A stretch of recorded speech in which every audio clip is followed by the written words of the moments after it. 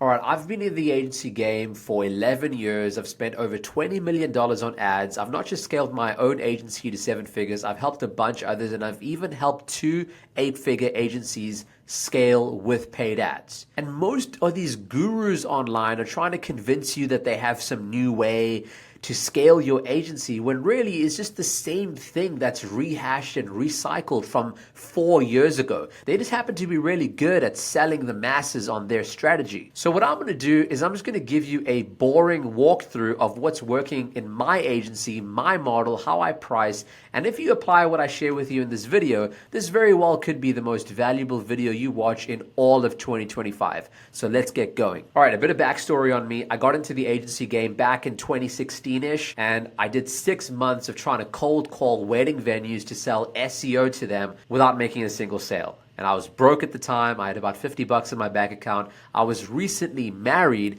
and we were living with my parents. And so back then what didn't work for me were two things: a niche that I had no personal advantage in, and then secondly, a niche where I wasn't able to get in touch with the business owner. And then what ended up happening is that I struck gold when I switched to the roofing niche, and I decided to just cold call once again. But this time I was reaching out to the actual home, to the actual business owners, and I was getting on demos. And now that I was getting on demos, I started closing deals within literally weeks. And as I scaled to about $25,000 a month, I hit a plateau. There's only so much time in the day for me to cold call, and frankly, it is a bit of a pain in the butt to go through a bunch of no's to get to those few yeses. I didn't really want to train a team on cold calling. So what I knew, like many other agency owners know, is paid ads equals scaling. So I decided to run paid ads, and I spent my first $6,000 without a single sale. And I realized, dang, I don't really know what I'm doing. So I decided to get into a program called Agency Lab, and I was one of the first 10 or 15 students in that program. And so what was great about the program was having a community of other agency owners going through more or less the same ups and downs that I was going through. I felt like I actually had people that understood me and my journey, and it was cool to see what was working in other people's ad accounts, etc. What didn't work was the fact that I felt like I was just another number in the actual program. And in many of these programs, I felt like ultimately I was being given a lot of tactics.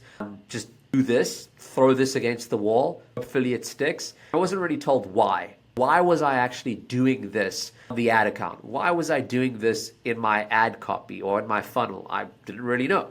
So I wasn't able to, if I did get some results, replicate that success for a long period of time, because once it died or fatigued, I didn't really know where to go.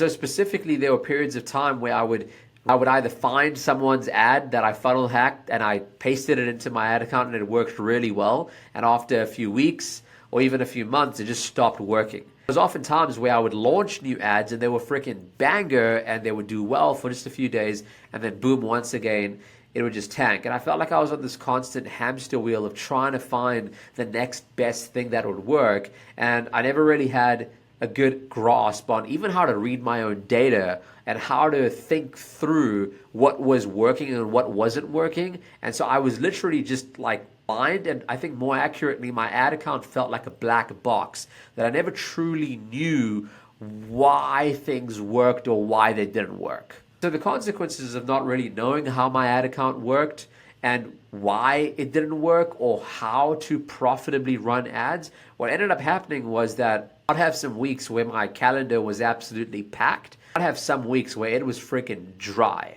And so that lack of consistent foundation of not just call booking, quality call booking, because that was another issue, right? Like I was able to get calls oftentimes, but then I was getting in touch with these tire kickers that weren't really serious about investing, or they weren't really financially qualified. And so these two issues, the lack of consistency, and then when I did get calls that they were not really qualified, it compounded and became this like Achilles heel where I just couldn't scale on this broken foundation. And so I was just stuck at, 30, 40, 50K a month, and my revenue would just go up and down. Oftentimes on that same broken foundation of advertising, for those that run a Facebook agency, which is what I was running, I wasn't really able to sustain client results all that well either. And so on the front end, I was having a cost per acquisition problem where I was having to spend a lot to acquire clients. But on the back end, I had an LTV problem where I wasn't able to retain clients for long enough because my results just weren't there. And all of this was because ultimately I didn't understand how to successfully run paid ads. So the turning point for me was, I'll never forget, I got into this one sales call and I did the entire demonstration, the pitch, and I asked the guy if he wants to move forward, and his comments just freaking pierced through my ears. And what he said was, this is what everyone's doing, but you charge more. I'm just going to go for the cheapest option.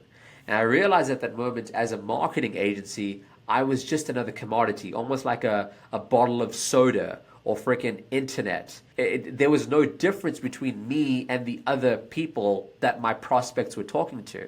And that's when I had a realization that I had to differentiate if I wanted to actually make a long-lasting impact for my customers, and then even for myself to be able to scale and actually have the life where today I'm able to travel around the world and, have a wife and kids and have quote unquote financial freedom, which is a very vague and elusive term, which we can get into in other videos. But alas, I was able to have those things once I decided, and this was the turning point, that I wanted to truly study and understand the craft that I was claiming to be an expert in, which was actually direct response advertising, right? I mean, as a marketing agency owner, that's the claim that I'm making, right? That I'm good at this craft. Yet I hadn't read a single book, taken a single course really on the fundamentals of direct response. So that's exactly what I did. I decided to go back and I started to consume all the best, great marketing experts content out there, people that were already passed away for many years, like Eugene Schwartz and Ogilvy and Gary Halbert and freaking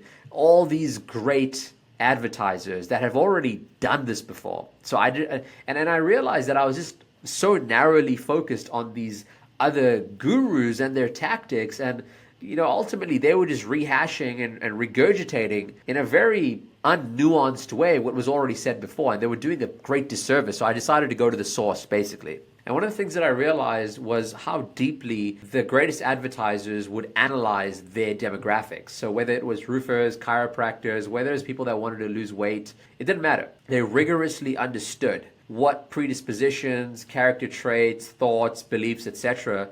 their demographic had, so that whenever they wrote even a single piece of copy, they knew that they were accurately speaking to the greatest pains and desires and wishes of their prospects. And I know it sounds very basic, and oftentimes in these courses and accelerators, we're given these avatar sheets that we just half-assedly write on, and that's not really it. It's actually living and breathing the demographic, right? Listening to sales calls on a deep level, watching YouTube videos, reading the publications they read, going, and even today with AI, there's so much better capabilities to do research, but not skipping out and just using the AI, but instead actually surrounding ourselves and immersing ourselves in the world of the actual avatar. And a big part of this too, man, was just straight up speaking to my customers more. I realized I was scared to speak to my customers. I didn't want to talk to them because I was afraid that if I did, that they would just tell me, oh, I got you on the phone. By the way, I want to cancel. That was my biggest fear, just completely being transparent with you, which was completely unfounded. And I often found that the more I actually spoke to my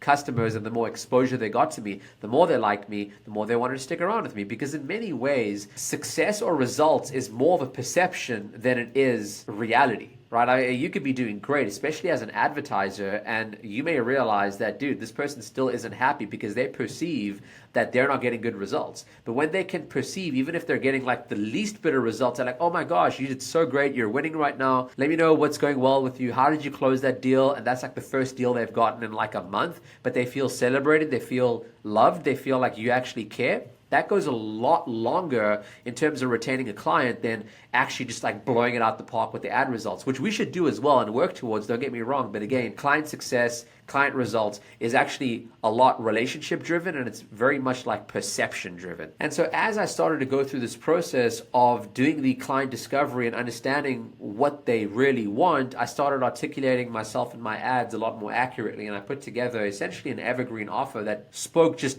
bang on bullseye to the biggest desire that my demographic at the time, roofers, had, which was, I just want more roofing jobs. And that's why I said, I'm just going to get you more roofing jobs in this time span. Here's my risk reversal. Here's who I am. Here's the results that I can get. And this is my story. And it was just very upfront, very raw, very honest. And I treated my demographic the way that they liked treating their customers and how they wanted to be treated, which was just being very direct, being very honest. And maybe that won't work for you because maybe you're in like law or dental or something, but for roofers, that worked well. And I wouldn't have realized that if I didn't take the time to actually understand my demographic. And the next thing that I would say that worked really well, in addition to understanding my demographic and then articulating a promise that they really wanted, was to actually create a vehicle, right? A vehicle that I could say was the reason why they would be getting these results. Like, for example, if as a result, some car enthusiast wants to be able to go from 0 to 60 in a second, the mechanism in many ways would be like a McLaren or a Tesla. You see what I'm saying? It's the actual vehicle that's going to get them the result of that speed that they're looking for. So it's the same thing over here. If I'm claiming I'm going to get you this many clients or this many homeowners, they want to oftentimes see a vehicle that's new, different, unique, more efficient, stronger than what they have maybe tried before. And I created something called the Roofs on Demand program. So in this case, this was my unique mechanism or vehicle that I was saying was going to get my clients to the result. Hey, the Roofs on Demand program, it does this, that's unique, different, new, better, stronger. You see what I'm saying? And that would instill something very important into my prospect, which is hope. Okay, and I found that this combination of having an offer with a unique mechanism really was quite evergreen, because desires don't change, right? People get it twisted. You can't come out with an offer that's like outrageous and completely different and completely new and it's never been seen before, unless it's something that is articulating a desire that's already there. So as marketers, we don't create desire. We don't do that. We channel desire that's already been there. And that's when I realized the combination of an offer that truly articulates the desire of the demographic, and then on top of it, it bakes in a unique mechanism that explains how and why they're going to get that result. That was a game changer, because now I was standing out from the crowd that was just making all these claims without any actual proof points. I was saying, look, I'm going to get you these results, and I've got this vehicle that helps you get over there, and here's how the vehicle works. I was giving an argument and a thesis, almost like a lawyer or an attorney standing in front of the judge and making his case. That's what I was doing. I was making a case as to why what I was doing was ultimately different. And that was the difference in my advertising now that took me from where I was before, like basically funnel hacking and throwing tactics and strategies against the wall, hoping my ad account would take that and just get me scale. I was now pushing out something that was unique. It was different. It had my story baked in as well. And as a result, I was starting to get a bunch of scheduled calls, so much so that I actually placed not one, but 2 closes into my agency, and eventually I had to get an appointment setter for those closes because we were just getting such an influx. And month to month, we were closing anywhere from 20 to 30 deals a month. And this is in the agency that I eventually scaled to $2 million, and I decided to exit from it and move on to, brighter pastures. Because again, I don't want to make these videos seem like it's all sunshine and rainbows. There were things that did go in some ways wrong in that agency, and things that I didn't like, that I didn't want to repeat, like the amount of clients that I had to deal with, the overhead, etc. So I decided to move on from that and start something new. And so that's where I wanted to go with this video as well, is that in hindsight, looking back at what I did back in 2017 with that agency, what I did differently with my subsequent agency, which is the one I run now, is completely on revenue shares. Whereas before I had a flat retainer plus ad spend, and then the retainer would scale as you scale your ad spend, which oftentimes it didn't incentivize the actual client to want to spend more, because they just felt like the retainer was going to go up and there wasn't a clear link between their results and my results. So in other words, if they win, I win.